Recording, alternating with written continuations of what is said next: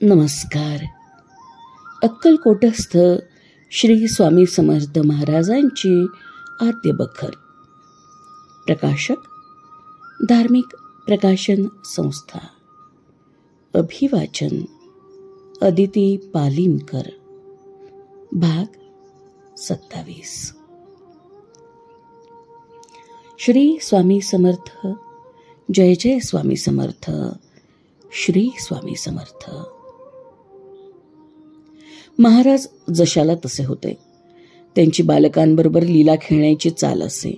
कोणी संसारी आला तर तो जी कामना धरून येई त्याच्याबद्दल निकाल महाराजांकडून होई. कोणी वेदांती शास्त्री आल्यास त्याच्याबरोबर वेदांतातील विषयांवर महाराज बोलत असे. मिळून सदा सर्व काळ सच्चिदानंद स्वरूप असून क्षणोक्षणी अद्भुत चमत्कार दाखवून भक्त परिपालन करत असत.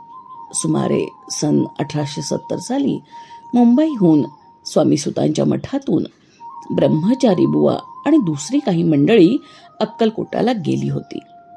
त्यात रत्नागिरीची कडची बाले मंडळी चेडवा करणारी बरीच होती. त्याप्रमाणे त्यांच्याप्रमाणेच महाराजांनी चमत्कार करून दाखवला. महाराज चोळप्पाच्या मठात होते. ब्रह्मचारी बुवा स्वयंपाकास लागले आणि एका लख्या नावाच्या बल्ल्यास दिडकीचा गुळ आणण्यास बाजारात पाठवले. भगवान येशी मांजरेकर आणि दुसरी मंडळी निवळ कोकणी करत जवळ बसली होती. काही वेळाने महाराज म्हणू लागले, लखो भोसडीचो गुळ खाता माका देत नाही असं माका देत नाही करून रडू लागले. असे 3-4 वेळा महाराजांनी केलं. तेव्हा भगवान चाटदिशी उठून बाजारात गेले. तिकडून लख्या गुळ खात येताना दिसला. महाराजांकरता आणलेला गुळ तू का खातोस? स्वामी ओरडत आहेत असं म्हणून भगवान पोऱ्याच म्हणाले. त्याच्याने ती गोष्ट नाकारवेना. मग उभयंता महाराजांजवळ येऊन लख्या त्यांच्या चरणी लागला. गुळ खातो हे महाराजांना कळलं. यात मोठं नवल नाही, कारण ते आंतरसाक्षीच होते. पण आम्हास नवल एवढंच वाटतं की बाले लोकांची भाषा कोकणात जाऊन महाराज केव्हा शिकले असतील ते असोत. धन्य समर्थांची लीला. महाराज दुष्टांचं शासन करत असत. एक वेळ ब्रह्मचारी बुवा वगैरे मंडळी अक्कलकोटाला गेली होती. भर उन्हाळा चैत्राचा महिना होता. भर दुपारी महाराज उठून जोडा घालून चालू लागले. सेवेकरी मंडळी बरोबर निघाली. 150 मनुष्य बरोबर होतं. गावाबाहेर यवनांची स्मशानभूमी आहे, तिथे महाराज गेले आणि अनेक प्रकारे स्मशानभूमीत त्यांनी नासधूस चालवली. मंडळीत काही यवन होतेच. त्यांनी गावात जाऊन स्वजातीस हे वृत्त कळवलं. ती कडवीच जात पडली. 50 लोक हातात काठ्या घेऊन पारिपत्य करण्यास निघाले. त्यांना दूर येताना पाहून काही सेवेकऱ्यांनी मुसलमान लोक मारण्यास येतात म्हणून महाराजांना सूचना केली. महाराजांजवळ 2 मोठे जंगी कुत्रे होते. त्यातील एकाचं नाव बोकड होतं. महाराजांनी गुडघे भुईवर टेकून हाताने जमिनीवर दाबल्यासारखं करून बोकडकू दाबो, बोकडकू दाबो म्हणून एका सेवेकऱ्यास आज्ञा केली. त्याप्रमाणे सेवेकऱ्याने कुत्र्यास दाबलं. इकडे जे लोक मारामारीस येत होते त्यांच्या घरी अकांत झाला. लहान मुलं एकाएकी आजारी होऊन कुत्र्याप्रमाणे बेंबाटू लागली. घरातील बायका मनुष्यांनी त्या लोकांना हाका मारून मागे फिरवून घेतलं. सर्वांच्या घरातील मुले अशी एकदम आजारी झाली. हा रोग तरी कोणता याचं सर्वांना आश्चर्य वाटून ते शोक करू लागले. त्यात एक वृद्ध यवन स्वामी भक्त होता. त्यांनी त्यांना समजावून सांगितलं की हा सर्व प्रभाव स्वामी चरणांचा आहे. श्री स्वामी शरण गेले असता सर्व अरिष्ट निवारण होईल. मग सर्वजण काठ्या वगैरे फेकून देऊन श्रींना अनन्य भावाने शरण गेले. श्री दत्तास दया येऊन सेवेकऱ्यांना कुत्र्यास सोडून देण्यास सांगितलं. इकडे मुसलमानांच्या घरी शांतता झाली. श्री स्वामी बडा अवलिया है असं म्हणत यवन लोक स्वगृहास गेले.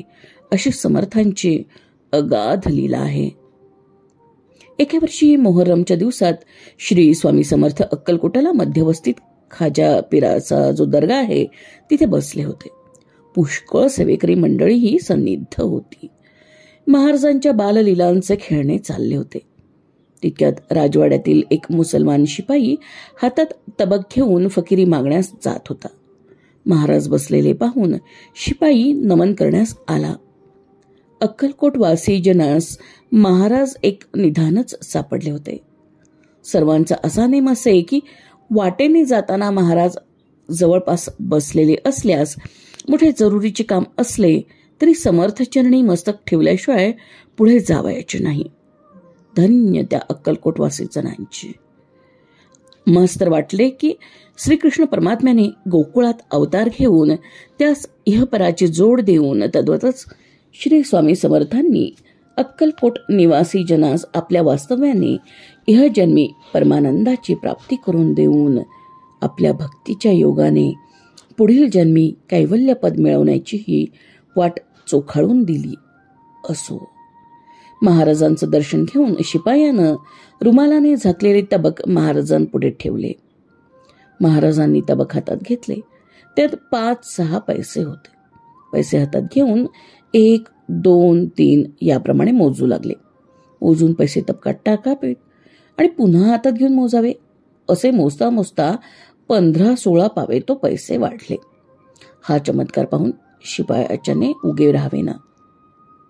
महाराज पैसे जोने लगे, महाराज पैसे जोने लगे असं तो म्हणाला. ह्या ऐकताच महाराजांनी हात आखडला आणि तबक खाली ठेवलं आणि पुन्हा पाहतात तो पैसे 5-6 तबकात राहिले. महाराजांच्या हातात प्रथम पैसे नसून मोजता मोजता 15-16 पावे तो पैसे तबकात झालेले सर्वत्रांनी पाहिले. पुन्हा पाहतात तो पैसे पूर्वीप्रमाणे कायम. ही लीला पाहून सेवेकऱ्यांना परमाश्चर्य वाटून श्री स्वामी समर्थ नामाचा त्यांनी जय जयकार केला. एक वेळ श्री स्वामी समर्थ मोदींच्या वाड्यात असताना मोहरमचे दिवस असल्याने श्रीपाद भट पुजारी आणि भुजंगा शिपाई यांनी ताबूत पाहण्यास जाण्याविषयी महाराजांजवळ आज्ञा मागितली. महाराजांनी जाऊ नको म्हणून आज्ञा केली. मौज पाहण्याची फार उत्कंठा असल्याने काही वेळाने मोठ्या मिन्नतवारीने महाराजांची पुन्हा आज्ञा मागितली. महाराज आज्ञा देईनात. दुसरे सेवेकऱ्यास महाराजांजवळ बसवून हळूच डोळा चुकवून उभयंता ताबूत पाहण्यास निघून गेले. कृष्णप्पाचे 3-3.5 तोळ्याचे सोन्याचे जोडवे श्रीपाद भटजींच्या हातात होते. ते ताबोतात गर्दीत कोणी काढून घेईल म्हणून हुशार शिपाई भुजंगा याने त्याच्या हातात भटजींनी जोडवे घालण्यास दिले. आपण गरीब असल्यानं हातात जोडवे नको, उगीच गेले असल्यास पंचायत म्हणून भुजंगा जोडवे घालत नव्हता. पण आपण जवळच आहो, जोडवे कुठे जाते असे सांगून त्याच्या हातात श्रीपाद भटजींनी बळेच जोडवे घातले. ताबूत बुडवण्याचा तो दिवस होता. हजारो लोकांची गर्दी होती. मजा पाहत पाहत 2 जण गर्दीत शिरले. ताबूतावर उडवण्यास भुजंगाने रेवड्या आणि खारक्या घेऊन तो उडवू लागला. जोडव्या बोटात बरोबर बसलं नव्हतं, ते सैल झालं आणि रेवड्या उडवता उडवता जोडवं निघून गेलं. भुजंग आणि श्रीपाद भट्ट घाबरून गेले. हजारो लोकांची गर्दी, त्यात जोडव्याचा कशाचा पत्ता लागतो. 2 तास पावे तो दोघांनी पुष्कळ तपास केला पण शोध काही लागेना. हिरमुसले होऊन ते महाराजांकडे परत आले. महाराजांची आज्ञा भंग केल्याने हा प्रसंग आला अशी त्यांची खात्री झाली. तोंड लपवत महाराजांजवळ नजीक येऊन दोघं रडू लागले. नको म्हणत असता झक मारण्यास का गेला म्हणून रागावून महाराजांनी पुष्कळ शिव्या दिल्या. अपराधाची क्षमा करावी आणि आलेलं संकट दूर करावं. आपण दरिद्री आहो, आता एवढं सोनं कसं भरून देणार म्हणून भुजंगा महाराजांची फार विनवणी करू लागला. भुजंगावर महाराजांची फार प्रीती होती. श्री विष्णूच्या द्वारी जसे जय विजय असतात त्याप्रमाणेच भुजंगा शिपाई महाराजांच्या द्वारचा जय विजय होता. त्याने महाराजांची नोकरीही एकनिष्ठपणे केली असो. महाराजांना भुजंगाची दया येऊन, रडू नको, तुझं जोडवं सापडेल, घरी चालत येईल, स्वस्थ बस असं महाराज त्याला म्हणाले. या बोलण्यावरून भुजंगाला धीर आला. काही वेळानं एक पोलीस शिपाई 2 मुलं व जोडवी घेऊन ज्या ठिकाणी महाराज होते त्या ठिकाणी आला. जोडवं गेल्याबद्दल पोलिसांस वर्दी दिलीच होती. एका मुलाला गर्दीमध्ये जोडवं सापडलं होतं. ते दुसऱ्या एका मुलानं पाहिलं होतं. वाटणीबद्दल दोघांत भांडण लागलं. कशाबद्दल भांडतात याचा तपास पोलीस शिपायानं केला तेव्हा जोडव्याबद्दल भांडण पाहून शिपाई वर लिहिल्याप्रमाणे महाराजांजवळ आला. जोडवं चालत येईल म्हणून महाराज म्हणाले होते, त्याचा असा अनुभव आला. भुजंगानं आनंदानं मुलास खाऊ देऊन जोडवे श्रीपाद भटजींच्या स्वाधीन केले. जरी अवज्ञा केली असली तरी आपला प्रिय भक्त आणि सेवक भुजंगा याच्यावर दया येऊन महाराजाला त्यांना काळजीतून मुक्त केलं. महाराज भुजंगाला फिरंगी म्हणून हाक मारत असत. अक्कलकोटस्थ श्री स्वामी समर्थ महाराजांची आद्य बखर भाग 27 समाप्त. क्रमशः. धन्यवाद. श्री स्वामी समर्थ. जय जय स्वामी समर्थ. श्री स्वामी समर्थ.